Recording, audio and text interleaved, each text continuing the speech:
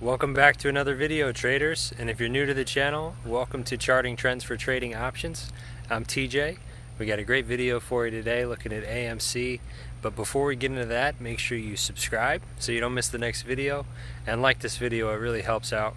And please, let me know what you guys think in the comments section. I appreciate any feedback. Here's the chart for AMC. We're on a 4-hour, 180-day chart, and for me, this one has been talked about a lot. It's another one of those Wall Street bets, Reddit stocks that people have been, trying to get in on the short squeeze. And, I can't help but notice that, number one, it's not really moving with the market, and number two, it's stayed up.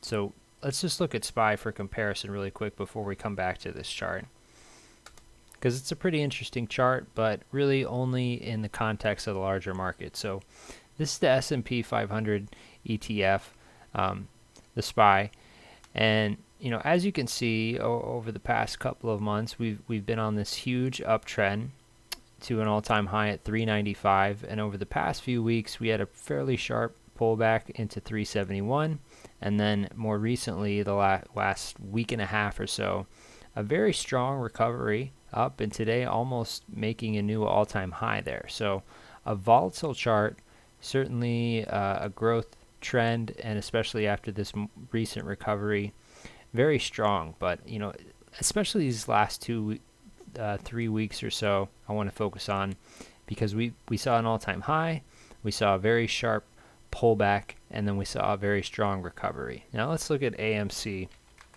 for comparison. Fairly flat. I mean, it's AMC. They've been dead in the water since the movie theaters have been closed, and this is kind of the start of that whole GameStop, Wall Street bets, short squeeze craziness that we saw. Jumps out to almost $26 where it was at $191 just a couple of weeks prior to that. So a huge move, obviously unnatural. This is not market related, it's not AMC related, it's not trend related, it was a short squeeze. But now what we're seeing after it's fallen back down from that high, fell below $6, what I'm seeing here is a cup and handle. If you're not familiar with that pattern, it's a bullish pattern. It's usually followed by another large growth spike, and so that's why I'm getting in now. I actually made some money on this earlier this week, and got out on this pullback. I got stopped out, but made close to 100% on some options for this summer. I think I took 8 calls for June. And after today, let's zoom back in and just look at the chart now. So today, SPY comes back out, recovers, and goes up, trying to push for a new all-time high. And what's AMC doing? It's just hanging around, right? And they actually had their earnings report last night, which was terrible, although in comparison to the previous one, not nearly as terrible. I don't know if they're just cutting back on spending or what, but it's not really relevant to the play, because the play is you're squeezing the short sellers here. So it pulled back after this move, but it's not really failed. It's kind of just coming back into these levels here around $10, and it held up. So actually I got back in, reloaded on the same options for less than I sold them for. So I'm still I think this is going to happen, not just because of the short squeeze, but also now we have a cup and handle pattern.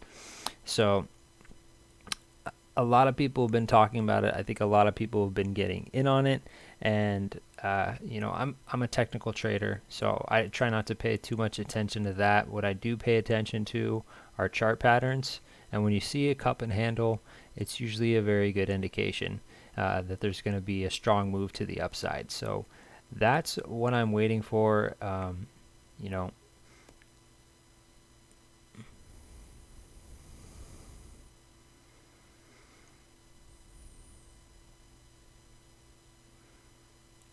Again, AMC, they haven't sold a ticket to a movie theater in like a year now. So all this price action is purely technical, and so you have a bullish pattern. That's enough reason for me to get into it for right now. We'll see what happens, and maybe we'll do an update on this if there's a nice big move.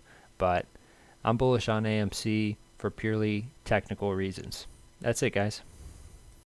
Thanks for watching. I hope you enjoyed the video. If you did, please leave a like. It really helps out the channel. And subscribe so you don't miss the next one. If you like my analysis, check out my second channel, Charting Trends for Tesla, where I do Tesla analysis every day. And if you want to follow me on social media, there's links below in the description. Thanks, guys, and have a great night.